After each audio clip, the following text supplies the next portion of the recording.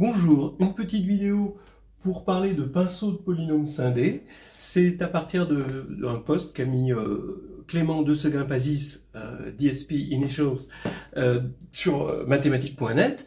Et je l'ai trouvé sympathique ce post, donc je voulais le partager avec vous. Donc Clément de Seguin-Pazis, c'est quelqu'un qui travaille sur des problèmes. Il fait de la recherche sur des problèmes que même un étudiant de licence peut se poser.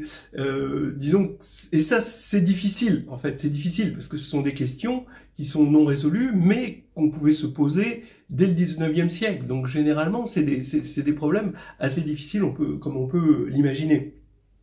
Ce sont des problèmes, par exemple, de chercher des sous-espaces maximaux dans un espace vectoriel de dimension finie, possédant une propriété P qui peut être liée au rang, qui peut être liée à la diagonalisation, plus généralement à la réduction, etc. etc. Et il a écrit aussi un très très bel ouvrage d'introduction aux formes quadratiques, chez Calvage-et-Mounet, que j'ai eu l'occasion de faire travailler des étudiants en mémoire dessus. Il y a de quoi becter, hein. Et bon, en plus, je dirais que Clément a toujours des méthodes créatives, élégantes, hein. C'est pas comme ces trucs, on dirait que ça a été fait comme à la piñata, à l'aveugle et tout, à taper comme ça. Non, c'est une démarche éclairée. Et bon, on va voir un exemple là maintenant. Alors là, c'est un exemple, c'est juste un lemme intermédiaire qu'on peut voir comme un exercice dans une recherche de sous-espaces maximaux sur un corps fini lié à la trigonalisabilité. Donc on peut chercher un sous-espace maximal de matrice trigonalisable. Et voici un problème intermédiaire. Soit K un corps fini, on va supposer que K est supérieur ou égal à 3 en cardinal, D un nombre strictement positif, P et Q deux polynômes, P de degré D, Q de degré D-1, et il faut montrer que P plus TQ est scindé sur K, quel que soit T, dans K, si et seulement si, P est scindé sur K et Q divise P. Voilà, donc vous pouvez essayer de le faire. C'est un post récent sur mathématiques.net. Et regardez, bon, ben, évidemment, dans un sens, c'est assez facile. Si P est scindé sur K et Q divise P, alors forcément Q est scindé aussi. Et donc je peux ici mettre en facteur Q. Et quand je mets en facteur Q, ben, il va y avoir qu'un terme de degré 1, puisque là, ça c'est le degré D, ça c'est le degré D-1. Et donc ici, ça va être scindé. Hein, P plus TQ va toujours être scindé sans problème, quel que soit T. Bon, ça c'est pas difficile. C'est dans l'autre sens que c'est pas évident. Alors voilà bon, une première approche très naturelle, soit D, le PGCD de P et Q. Donc on va se ramener au cas où D égale 1, c'est-à-dire P et Q sont premiers entre eux. Donc P c'est égal à D P0, Q D Q0, avec P0, Q0 évidemment premiers entre eux. Donc je mets en facteur D ici, donc voilà ce que j'ai. J'ai un polynôme évidemment, ça par hypothèse, ça c'est scindé, hein, c'est ça que je veux montrer. Donc, comme ce polynôme est scindé, que, bien sûr, de toute façon, D est scindé, mais on n'en a pas besoin. Donc, tout facteur de ce polynôme est scindé. Donc ici, P0 plus TQ0 est scindé. D'accord ? Et comme Q divise P, ben, en divisant par D des deux côtés, j'ai que P0 divise, j'ai que Q0, pardon, divise P0. Bien.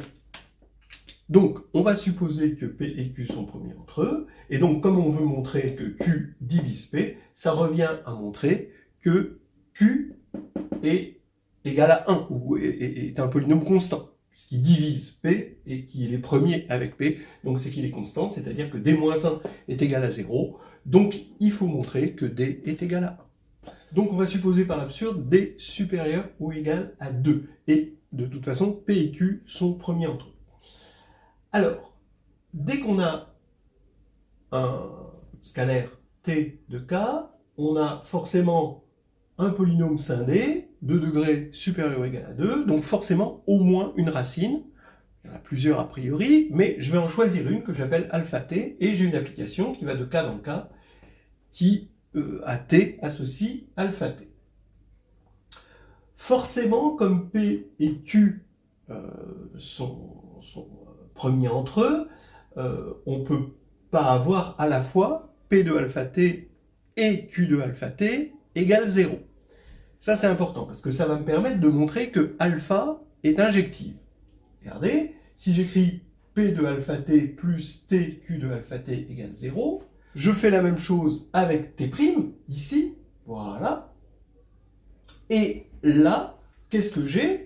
J'ai un système, et si j'ai alpha t égale alpha t', alors il va avoir pour solution P de alpha t, Q de alpha t.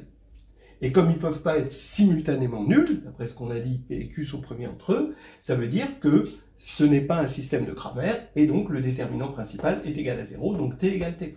Ce qui veut dire que alpha t égale alpha t' implique T égale T'.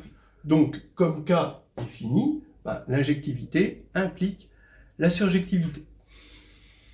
Donc c'est surjectif, à chaque alpha t, on va avoir un unique t. Ça veut dire finalement que alpha t est l'unique solution de ce polynôme, ce qui veut dire que P plus TQ est égal à x moins alpha t puissance d, puisqu'il n'a qu'une solution. Donc quitte à diviser P et Q par le coefficient principal de P, eh bien je peux supposer que P est unitaire. Pas Q, mais en tout cas P, oui. Et donc ici, ça me fait cette égalité-là. Voilà, ça c'est la partie élégante. Là maintenant, c'est peut-être un petit peu plus attendu, mais quand même c'est sympathique. Vous écrivez P avec les coefficients AI, je rappelle que AD est égal à 1, j'écris Q avec les coefficients BI, et regardez, je vais ici regarder les termes en D-1, en x puissance D-1, donc c'est AD-1 plus T BD-1 qui est égal à moins D alpha T. Maintenant le terme en x, A1 plus T B1 égale moins 1 puissance D-1 D alpha T puissance D-1, et le terme constant, A0 plus T B0 égale moins 1 puissance T alpha T puissance D. Voilà. Le résultat, c'est quoi? Eh bien, le résultat, c'est que quand je vais multiplier lui par lui, vous voyez, je vais obtenir lui, avec D2. D'accord? Donc, je fais ça par ça, et j'obtiens D2 fois ça. Ça me permet, finalement, c'est de l'élimination de alpha t. D'accord? Donc, j'ai une équation ici où j'ai éliminé alpha t, et ça, c'est vrai, quel que soit t. Alors maintenant, BD-1, c'est le coefficient principal de Q, puisqu'il est de degré D-1. Il est non nul. B1 est non nul aussi. Pourquoi? Parce que si B1 était nul, comme cette égalité est vraie, quel que soit T, j'aurais A1 qui vaudrait toujours alpha T puissance D-1. Ça voudrait dire que alpha T puissance D-1 est une constante. Mais ça, c'est pas possible, parce que, comme ici c'est surjectif, alpha T, il peut être égal à 0, ou il peut être non nul. Et dans ce cas-là, ça, ce serait 0, et ça, ce serait non nul. A1, il ne peut pas être égal à 0 et non nul à la fois. Ce qui fait que B1 est non nul, et d'ailleurs B0, pour la même raison, il est non nul aussi. Alors maintenant, ici, est-ce que je peux identifier, parce que j'ai le produit, ici j'ai une fonction polynôme de degré 2, et là j'ai une fonction polynôme de degré 1. J'ai envie d'identifier. Est-ce que je peux? Oui. Parce que c'est là qu'on se sert du fait que le cardinal de K est supérieur ou égal à 3. Effectivement, si on regarde bien, à partir du moment où j'ai 3 éléments dans K, que j'appelle A, B, C, si j'avais une relation de liaison entre les fonctions 1, T et T2, alors j'aurais ce Vandermonde qui serait nul. Or, comme A, B et C sont 3 éléments distincts, on sait qu'il est non nul, on sait calculer le Vandermonde, on sait que c'est différent de 0. Donc, ici, ça veut dire que 1, T et T2 sont 3 fonctions, parce que sur un corps fini, on ne peut pas forcément identifier, Et donc, ici, on ne peut pas identifier les polynômes avec les fonctions polynômes. Donc ici, on peut le faire. Ce qui me fait que le terme en T2 est nul. Donc ça fait BD-1 fois B1 qui est égal à 0. Mais c'est pas possible dans un corps parce que ces deux-là sont non nuls.